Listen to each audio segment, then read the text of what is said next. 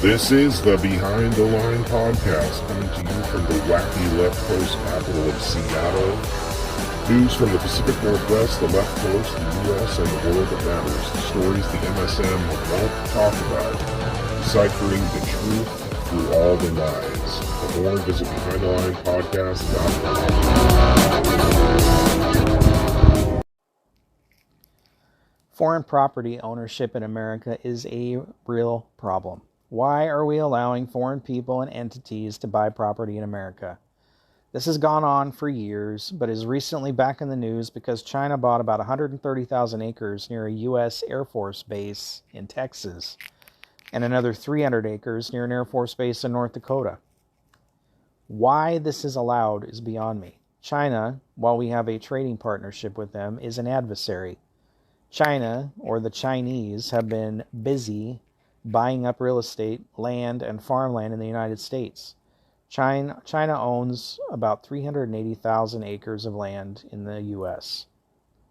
It amazes me that in the midst of a housing crisis, we are allowing foreign entities to buy up housing and land here in the United States. We as Americans cannot do that in China. In fact, no one can buy land in China, even the Chinese. The government owns all the land, and the people of China can lease it from the government.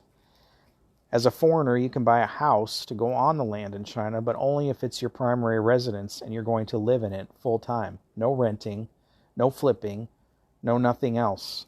Unlike here. In fact, in the very rural community I live in, there is at least one house recently bought by a Chinese citizen that has stood vacant and unused for a year. Again, we are having a housing shortage here, and we are selling homes to foreigners who don't even use them, taking away from Americans the ability to buy or rent a home, no doubt also raising housing prices. This should not be allowed. If it is, there should be strict rules like China has. No land, and you can only buy a home if you live in it full time. Only 24 states in the U.S. have foreign land ownership laws. These are mostly states in the middle of the country. No state has a complete prohibition. Most East Coast and West Coast states expressly allow foreign investment. Politicians in these states, in my opinion, have sold out. Even Texas presently allows foreign investment, although they're trying to change that. It seems everything is for sale in this country, doesn't matter to who. In some states, foreigners have the same rights you do as an American citizen. Is our land not sovereign? I guess we already know the answer to that question. And this isn't a Biden administration thing either, although they certainly have done nothing to stem the flow of foreigners to this country in the last several years. Aside from legitimate foreign transactions, they've allowed a record 8 million illegals into the country, 70% of which are nationalities other than Mexican. As of December 31st, 2021, the most recent year there's data for, conveniently, foreign persons reported holding an interest in over 40 million acres, all privately held U.S. agricultural land, up from 37.6 million acres in 2020. What's more troubling is China isn't even in the top 5 of foreign countries owning land in the U.S. Canada is number 1, with 12,845,209 acres.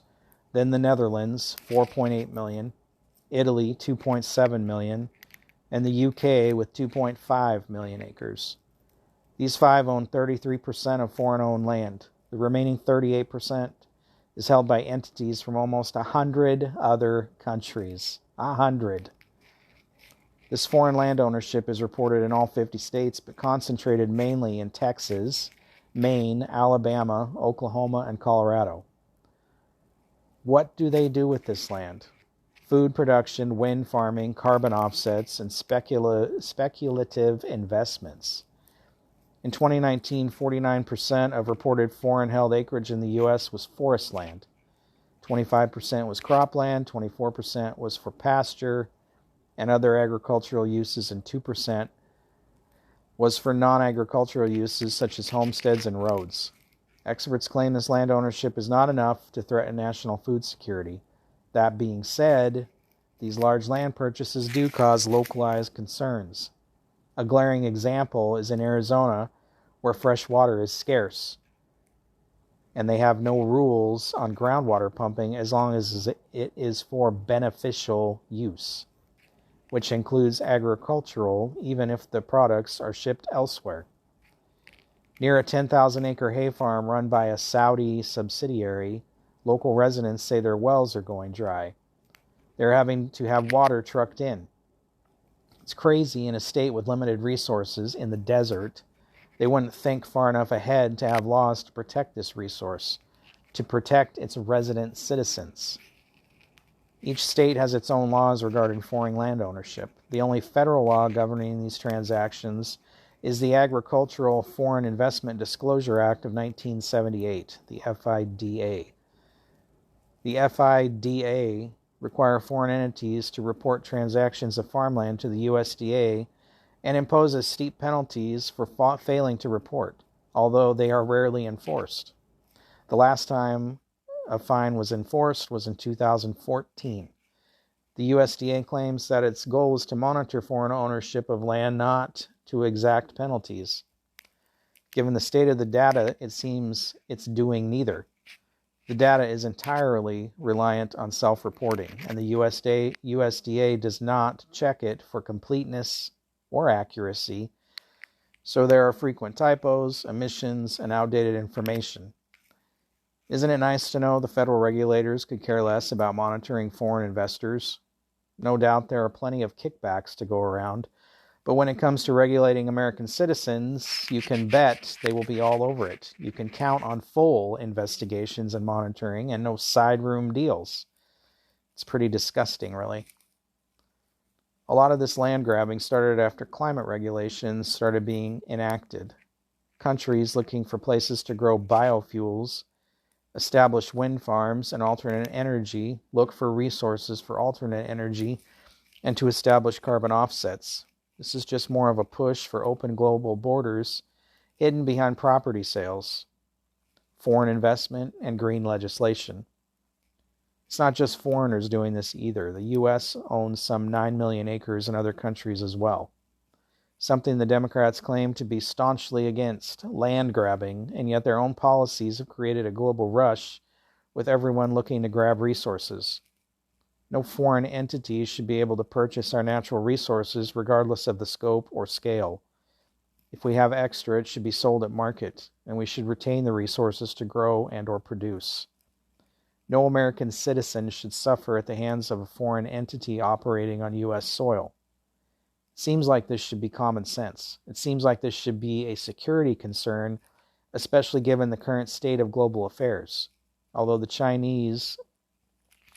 allowing the Chinese to buy property next to 2 military bases, this doesn't strike anyone as suspicious. Residential home sales aren't exempt from foreign ownership either. Like I mentioned earlier, a Chinese buyer bought a home in my small rural community, and it sat vacant for a year now. In 2021, over 1 in 7 U.S. households were headed by a foreign-born resident.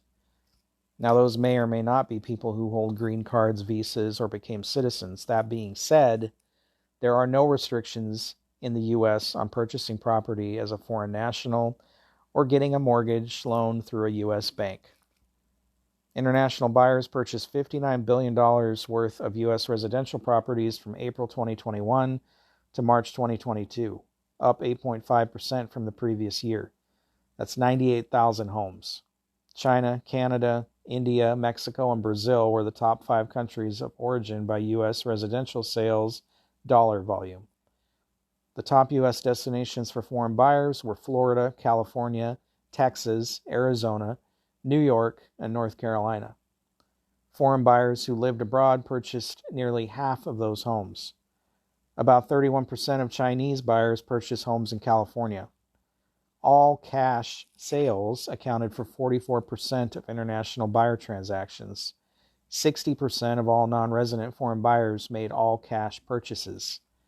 58% Chinese, 27% Mexican, and 26% of the Brazilian buyers made all cash purchases. 44% of foreign buyers purchased their property for use as a vacation home, rental property, or both. 64% of international buyers purchased detached single-family homes and townhouses. 46% purchased a home in suburbs, while 29% bought a home in an urban area. This I also see as a problem. How many of these foreigners who live in other countries took homes from American citizens who were trying to buy them? To use for what purpose? A rental, an Airbnb, a vacation home, or something more nefarious? How many of those Chinese citizens, quote unquote, are a front for the Chinese government? How many Chinese corporations are buying up homes in the U.S. either as a corporation or using a citizen as a front to purchase? Home prices are at record highs. That's a lot of cash purchases going on. How many cash purchased homes by people from south of the border are being used by the cartels? Certainly not all are nefarious, but I guarantee you some are. Stash houses, drug dens, safe houses, sex trafficking, human trafficking. We all know these are huge problems right now, and the people perpetrating these crimes need bases of operation. Don't pretend this isn't happening or it's not that bad. It is. Why are foreigners allowed to outpurchase Americans who need homes? Our own state and federal governments are crying about the housing shortages and trying to change laws to limit single-family dwellings and have more apartments and townhomes built to accommodate more and more people, and yet they are allowing non-citizens to purchase homes that could be helping relieve pressure. How much of these foreign purchases have contributed to the skyrocketing housing prices? Research shows that house prices and rents have risen in places that have seen large doses of foreign investment. Whose pockets are being lined? Who's being paid to look the other way? Your politicians, that's who. Whether it's through a lobbyist or some direct connection or relationship, they are looking the other way. Ignoring the problem, it benefits them. Meanwhile, they are selling this country out, selling your American dream to a foreigner who doesn't even live here, causing your rent to go up, making it impossible to ever save up enough to buy a home. Canada dealt with this problem in their country this year by enacting the foreign home ownership ban on January 1st, 2023. In an effort to address the current housing crisis, the act prevents non-Canadians and corporations controlled by non-Canadians from purchasing residential property in Canada for 2 years. The land and property grab that is being allowed to occur in the U.S. needs to be addressed. Federal restrictions should be created to greatly limit what a foreigner or foreign entity who does not live in the U.S. can buy. None of our resources that provide for our infrastructure should be for sale to a foreigner or foreign entity. No foreigner or foreign entity should be able to purchase property in the U.S. that takes from an American, whether by the property itself or by the natural resources it uses up around it. These purchases need more scrutiny. The USDA needs to start actually doing its job, and the federal government needs to protect our interests here at home. When are we going to learn that it needs to be America and Americans first? After it's too late? I urge you to reach out to your representatives and tell them to put a stop to this or come up with more sensible restrictions that protect Americans and their interests.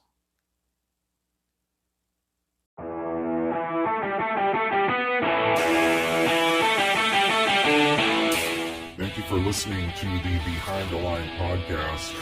If you like this broadcast, please like and share it. Please follow us on Facebook, Rumble, YouTube, Twitter, Truth Social, Telegram, Gab, Parler, and LinkedIn. You can find our podcast at BehindTheLinePodcast.com, NetNewsNetwork.net, and on Anchor, Spotify, Amazon Podcasts, Apple Podcasts, Google Podcasts, iHeartRadio, TuneIn, and anywhere podcasts can be found. Thank you for your support.